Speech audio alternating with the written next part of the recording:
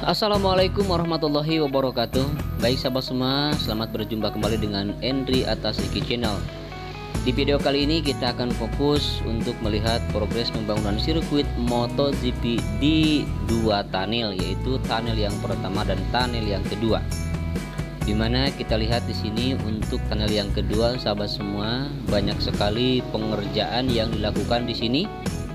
Terutama di sini kita lihat sedang dilakukan pengurugan atau penimbunan. Jadi tanah yang dijadikan sebagai pengurugan di sini bukan diambil dari lingkungan atau wilayah yang berada di sirkuit Mandalika, tetapi tanah ini diambil dari Lombok Timur, sahabat semua. Ya, seperti ini situasi terkini di sirkuit MotoGP Mandalika di tunnel yang kedua. Kemudian di tunnel ini juga sedang dilakukan perancangan besi untuk dasar pengecoran di antara tunnel dengan gerbang, ya, yaitu masalah penyambungan tunnel dengan gerbang.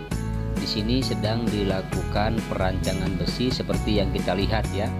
Di sini sedang dilakukan perancangan besi, kemudian sebelah sisinya sudah dikasih begisting, ya, untuk nanti langsung dilakukan pengecoran. Bagi sahabat semua yang belum mengetahui tentang panjang tunnel ini, tunnel kedua ini mempunyai panjang 117 meter, kemudian lebarnya 12 meter dan ketinggiannya kurang lebih 7 atau 6 meter. Jadi untuk pengurugannya cukup dalam, sahabat semua, sehingga lumayan memakan waktu yang sedikit agak lama. Apalagi tunnel ini merupakan tunnel terpanjang yang dibuat di sirkuit ini. Kemudian bagi sahabat semua yang belum mengetahui tentang panjang sirkuit ini, sirkuit Mandalika ini mempunyai panjang 4,31 km, sahabat. Kemudian mempunyai 17 tikungan, yaitu 11 tikungan ke kanan dan 6 tikungan ke kiri. Kemudian di sirkuit ini juga dibangun beberapa drainase, ya, seperti di tikungan yang pertama, tikungan kedua, juga tikungan keempat, kemudian tikungan ke-7 dan juga tikungan ke-11 dan tikungan yang ke-13. Untuk pemasangan drainase hauraton jadi terus dilakukan untuk pemasangannya sampai saat ini, sahabat semua.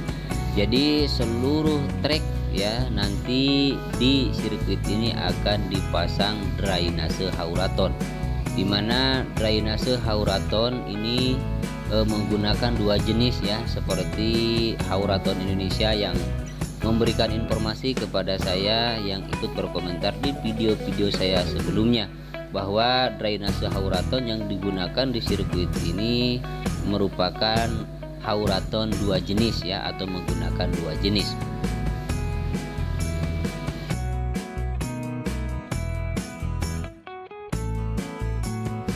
Kemudian untuk pembebasan lahan, sahabat semua, ada kabar bahwa besok tanggal 13 kalau tidak salah, hari Rabu, akan dilakukan lagi pembebasan lahan untuk selanjutnya, yaitu seperti di tikungan yang ke-14 sebelah kiri menuju tikungan yang ke-15. Itu baru kabar, ya, sahabat semua. Kebenaran atau tidaknya nanti kita lihat saja, ya.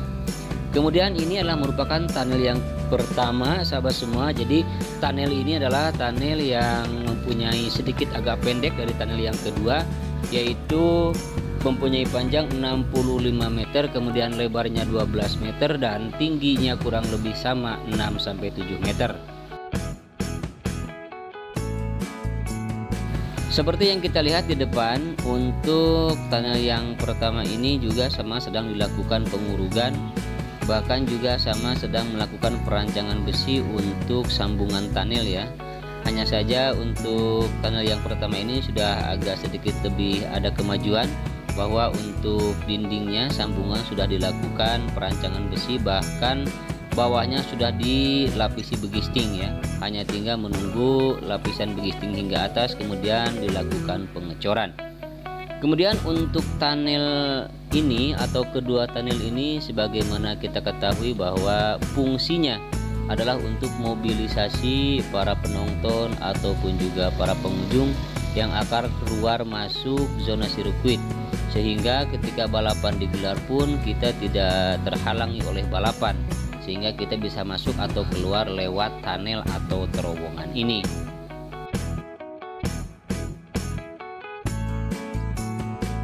Kemudian sekedar informasi tambahan juga buat sahabat semua, bahwa di sirkuit ini juga nanti akan mempunyai taman bunga ya, atau bougainville yang ditanam di bukit-bukit sekitar sirkuit ya, seperti di bukit tikungan pertama, di sebelah kiri tikungan kedua, ketiga sampai ke tikungan keempat menuju tikungan yang kelima nanti akan ditanami bunga bougainville, atau orang Indonesia atau kita menyebutnya dengan bunga kertas atau kembang kertas.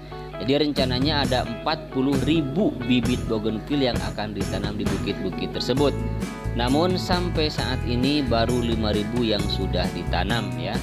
Nanti kita akan menikmati keindahan Pantai Kuta Mandalika dan juga keindahan Pink Hill di sekitar sirkuit MotoGP Mandalika ini.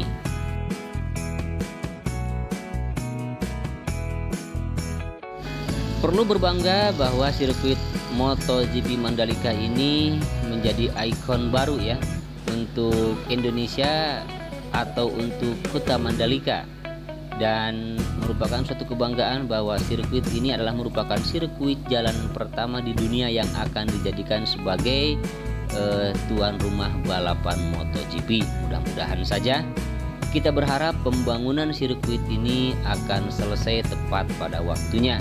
Walaupun molor mungkin tidak terlalu jauh waktunya ya, sehingga nanti di akhir tahun 2021 tepatnya di bulan Oktober, seperti yang tertera di kalender Dorna, bahwa sirkuit ini akan dijadikan tuan rumah untuk balapan MotoGP.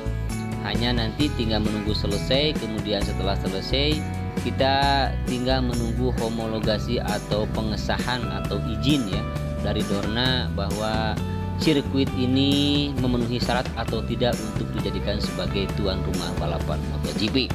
Maka dari itu dukung terus, walaupun kita tidak bisa ikut membangun ya, dengan doa juga kita sudah lebih dari cukup ya. Semoga pembangunan sirkuit MotoGP ini bisa membawa dampak yang positif terhadap perekonomian warga Indonesia, terutama untuk masyarakat di sekitar sirkuit MotoGP Mandalika. Demikianlah sahabat semua video ini. Akhirnya saya Endri Atasiki pamit undur diri. Wassalamualaikum warahmatullahi wabarakatuh.